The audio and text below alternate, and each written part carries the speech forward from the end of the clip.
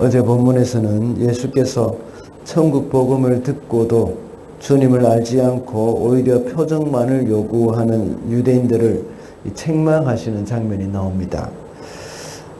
그 말씀을 통해서 예수님을 만나라, 주님을 만나라는 제목으로 말씀을 살펴보았습니다. 주님을 만나기 위해서는 영의 눈을 떠야 합니다. 그리고 본질적인 것에 집중을 해야 하고 또 주님을 향해서 마음을 열어야 한다고 했습니다. 오늘은 주님이 종교 지도자들을 책망하시는 장면입니다. 대표적으로 바리새인들과 율법 교사들, 그들을 주님께서는 책망하셨습니다. 바리새인들을 향해서는 공의와 하나님의 사랑을 저버린 채 종교적인 의식과 계율에 집착하는 것을 책망하셨습니다. 그리고 율법 교사들을 향해서는 자신들은 실천하지도 않으면서 가르치기만 하는 그 위선적인 그런 가르침, 이것을 책망하고 있었습니다. 그래서 오늘은 주님의 책망이라는 제목으로 말씀을 살펴보도록 하겠습니다. 첫째로 주님은 사랑 없는 계율을 책망하셨습니다. 42절입니다. 너희 바리새파 사람들에게 화가 있다. 너희는 박하와 운향과 온갖 채소의 11조는 바치면서 정의와 하나님께 대한 사랑은 소홀히 한다. 그런 것들도 반드시 행해야 하지만 이런 것들도 소홀히 하지 않았어야 하였다. 바리새파 사람들은 율법을 철저히 지키기로 유명합니다. 율법 지키는 것에 대해서 오늘날 우리 성도들도 배워야 할 정도입니다. 방금 읽은 박하와 운향과 그 채소의 11조라고 말씀하고 있습니다. 레위기에 보면 곡식과 포도주 그리고 기름 같은 이런 주요 농산물에 대해서는 이 11조를 규정하고 있습니다. 그런데 방금 읽은 42절에 나오는 항목들, 엄밀한 의미에서 이런 것들은 이 11조의 대상은 아니었습니다. 그럼에도 불구하고 이 바리새인들은 그 이상의 것을 바치고 있었던 것입니다. 예수님은 이것이 잘못되었다고 말씀하는 것이 아닙니다. 이렇게 율법에서 요구하는 것 이상으로 철저하게 바치기는 했지만 거기에서 빠진 것이 있다는 것입니다. 그것은 정의와 하나님에 대한 사랑이 빠졌다는 것입니다. 그들은 가난한 사람들과 불의에 대해서 억압당하는 그런 사람들에게는 무관심했습니다. 그리고 하나님에 대한 사랑도 역시 없었던 것입니다. 자신의 의무만 다하면 된다는 겁니다.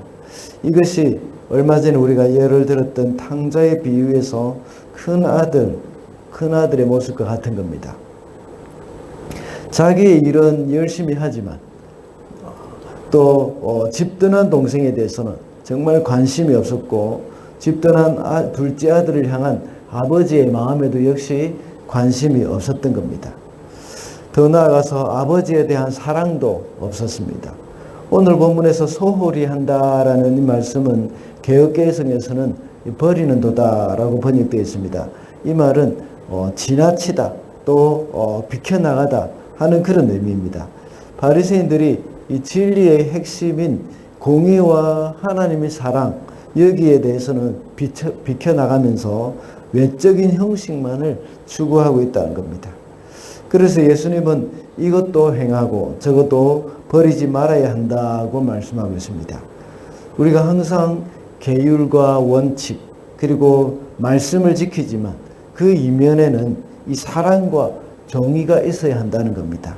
그것이 없으면 그 자체가 우상이 되어버리고 또 그 모든 이 계율과 원칙 또 이런 것들은 다 사람을 위해서 되어져야 되는 것이고 또 하나님을 사랑하는 그 마음이 근본이 되어져야 하는데도 불구하고 그런 것이 없이 계율과 원칙만 추구한다면 그것은 생명력이 떨어지게 되어지는 겁니다. 사랑과 정의가 없는 계율은 그리고 또 이러한 원칙은 이 생명력이 없어지고 사람들은 상처를 받게 됩니다. 아무리 엄격한 계율이라고 하더라도 이 계율 가운데 이 상대방을 배려하는 마음과 사랑이 그 속에 느껴진다면 아무리 엄격하다고 하더라도 그 사람들은 상처를 받지 않습니다.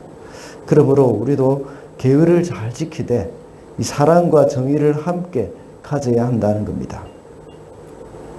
둘째로 주님은 위선적인 가르침을 책망하셨습니다. 46절입니다. 예수께서 말씀하셨다. 그렇다. 너희 율법 교사들에게도 화가 있다. 너희는 지기 어려운 짐을 사람들에게 지우면서 너희 자신은 손가락 하나도 그 짐에 대려고 하지 않는다. 예수께서 바리새인에게 사랑 없이 계명을 이행하는 그 책망을 들을 때에 율법 교사들이 예수께 대꾸를 합니다. 자기들까지도 모욕한다는 겁니다. 그때 예수께서는 46절과 같이 율법 교사들도 책망을 했습니다. 그들은 무거운 짐을 백성들에게 지으면서 자기들은 손가락 하나 까딱하지 않는다는 것입니다.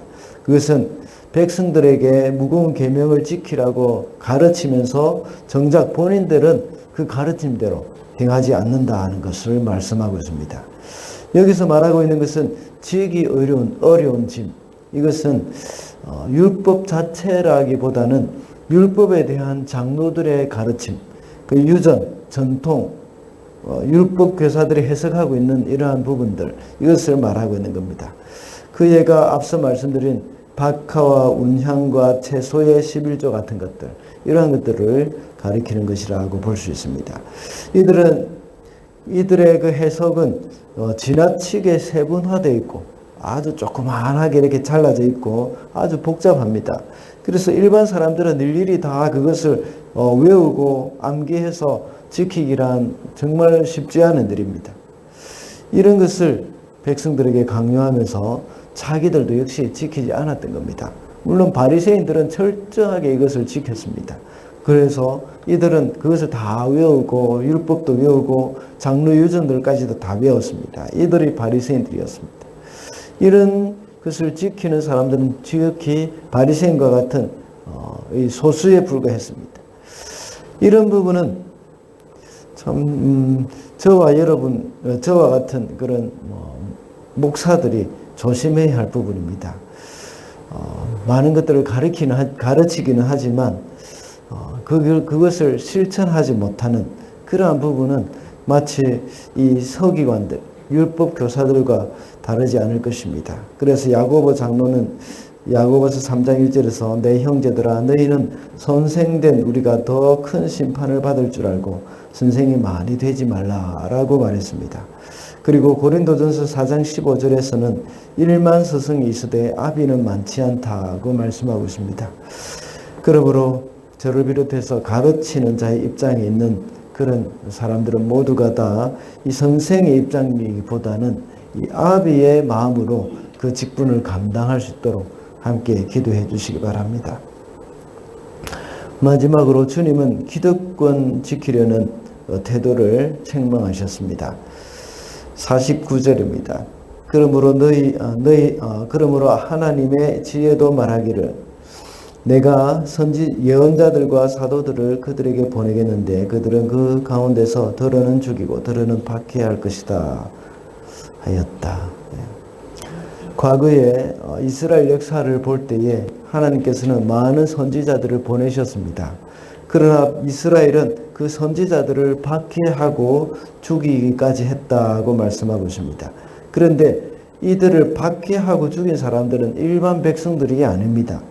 이들을 죽이거나 또 핍박한 사람들은 바로 지도자들이었습니다. 그들이 그 권력과 기득권을 지키기 위해서 자기들의 자리나 또 권위를 위협한다고 생각하는 그런 선지자들을 무고한 그들의 피를 흘리게 했던 것입니다. 특별히 예수님 당시의 종교 지도자들은 상당한 권력과 기득권을 향유했습니다.